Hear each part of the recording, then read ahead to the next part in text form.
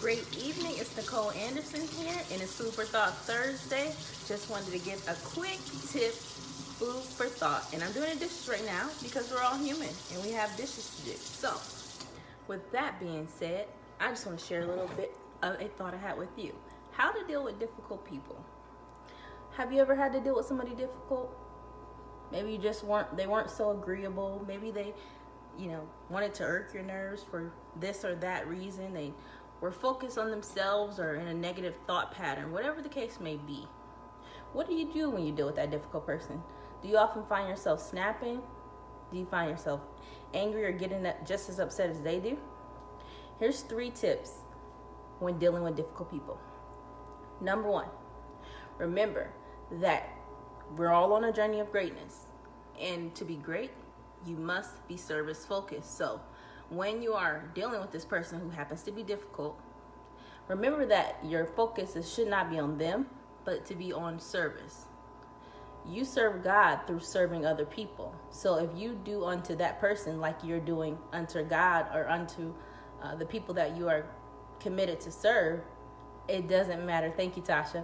It doesn't matter who is making you upset, who is being difficult. You have to put that focus on being of service. So number 1 is be service focused no matter what. Number 2, make sure that you are doing self-care. I'm always going to promote self-care and self-love.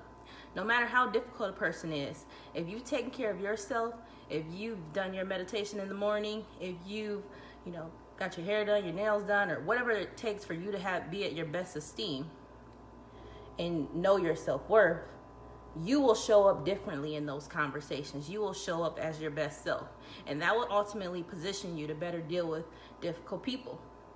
You won't be coming from an approach or a mindset of a lack-based mindset or a negative vibe. You will be coming from an area where you are being at best. So number 2, make sure you practice self-worth and self-care and all of those things like that. Number 3 is as follows. Maybe it gets to the point where you need to share with that person what's going on with them. So be willing to have the difficult conversations with those difficult people. So be open and honest. I want you to focus on being kind rather than nice. That's something I'm working on as well. A lot of the times we don't really want to, maybe we don't want to tell that difficult person that they're giving us a hard time. Maybe we would rather be passive aggressive, listen to them and not really make an impact. But let me tell you, to be kind in that situation, which is to tell the truth with grace and kindness, instead of being nice, which just sounds like you're saying something nice, but you're really not addressing the issue, I would definitely suggest that you take an approach of being kind versus nice. Look up the definitions. They're totally different, believe me. So number 1, I want you to remember to do as I just shared with you. The 3 things that I mentioned, remember them. Know that greatness is determined by service, so be service focused in these situations when you're dealing with difficult people.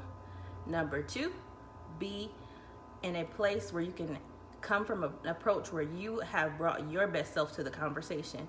You've done some self-care, you've done some meditation, you're in the best headspace for those situations. And number 3, be willing to have a difficult conversation. Be willing to have the uncomfortable conversations with that person so that you can yield the best result and hopefully help them change.